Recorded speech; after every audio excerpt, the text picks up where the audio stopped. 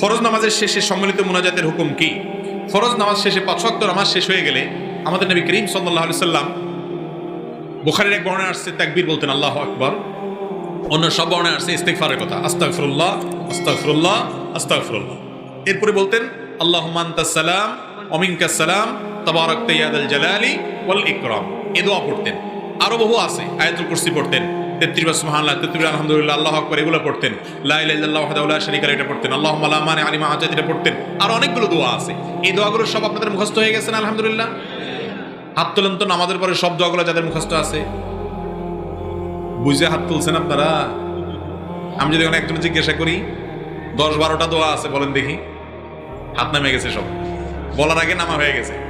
এবার বুঝছেন, আমাদের দেশে শতকরা 99 জন মানুষ বা তারও বেশি সংখ্যক মানুষ জানেন না যে আমাদের নবীজি 5 ওয়াক্ত নামাজের